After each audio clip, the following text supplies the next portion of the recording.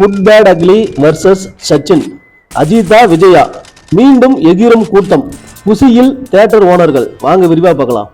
தமிழ் திரையுலகத்துக்கு இந்த மாசம் பார்த்தீங்கன்னா ஒரு கொண்டாட்டமான மாசம் அப்படின்னே சொல்லலாம். ஏன்னா இந்த ஆண்டு தொடக்கம் முதல் வளரும் நடிகர்கள், சிறிய பட்ஜெட் படங்கள் வெளியாகி பெரும் வெற்றி பெற்ற நிலையில பெரிய நடிகரான ராம் சரணின் கேம் சேஞ்சர் படம் போதிய அளவு வரவேற்பு பெறல. அதே சமயம் கடந்த பிப்ரவரி மாதம் ரிலீஸ் ஆன அஜித்தின் விடாமுயற்சி படம் ரசிகர்கள் மற்றும் விமர்சகர்களின் பாராட்டை பெற்றாலும் கூட வர்த்தக ரீதியாக ஒரு மிகப்பெரிய வெற்றியை பெறல அப்படின்னு பலராலும் சொல்லப்படுது. இந்த நிலையில பெரிய நடிகர்களுக்கு உத்வேகம் அளிக்கும் வகையில இந்த ஏப்ரல் மாதம் அமைஞ்சிருக்கு. கடந்த 10ஆம் தேதி வெளியான குட் பேட் அக்லி படம் பார்த்தீங்கன்னா மிகப்பெரிய அளவில் வெற்றியை பெற்றிருக்கு.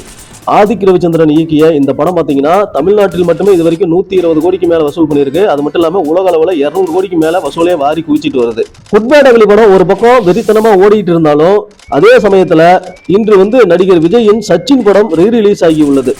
20 ஆண்டுகளுக்கு முன்பு நடிகர் விஜய் கல்லூரி மாணவராக நடித்த இந்த படம் பார்த்தீங்கன்னா அப்போது வடிவேல் காமெடியை ரசித்து இளைஞர்களை கவரும் விதமாக இந்த படம் இருந்தது. நடிகர் விஜய் அரசியலுக்கு கவனம் செலுத்தி வரும் நிலையில அவரது அடுத்த படமான ஜனநாயகன் படமும் அடுத்த ஆண்டு பொங்கலுக்கு வெளியாகுது. இன்று சச்சின் படம் அவரது ரசிகர்களுக்கு ஒரு விருந்தாக வெளியாகி இருக்கு. இது மட்டும் இல்லாம கமலஹாசன் சிம்பு இணைந்து நடிக்கும் மணிரத்னம் இயக்கத்துல உருவாகக்கூடிய தக்லைப் படத்தோட சிங்கிச்சா பாடலும் இன்று வெளியாகி இருக்கு.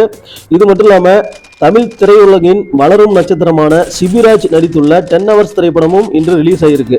ஒரே நாளில் நடக்கும் த்ரில்லர் கதையா இந்த படம் உருவாகி இருக்குது. இதனால இந்த மாத இறுதி வரைக்கும் good bad ugly, Sachein rerelease ஆகிய படங்களாலும் புதுவரவான 10 Hours படம் ரசிகர்களின் எதிர்பார்ப்பை பூர்த்தி செஞ்சுச்சுன்னா அந்த படத்தாலுமே திரையரங்கம் கூட்டத்தால் நிரம்பி வழியும் அப்படின்னு எதிர்பார்க்கப்படுது. இதனால ரசிகர்களும் திரையரங்க உரிமையாளர்களும் மகிழ்ச்சி அடைஞ்சிருக்காங்க. இது குறித்து உங்களோட கருத்துக்களை கமெண்ட் பாக்ஸ்ல கமெண்ட் பண்ணுங்க. இந்த வீடியோ உங்களுக்கு பிடிச்சிருந்தா வீடியோ லைக் பண்ணுங்க, ஷேர் பண்ணுங்க. நன்றி, வணக்கம்.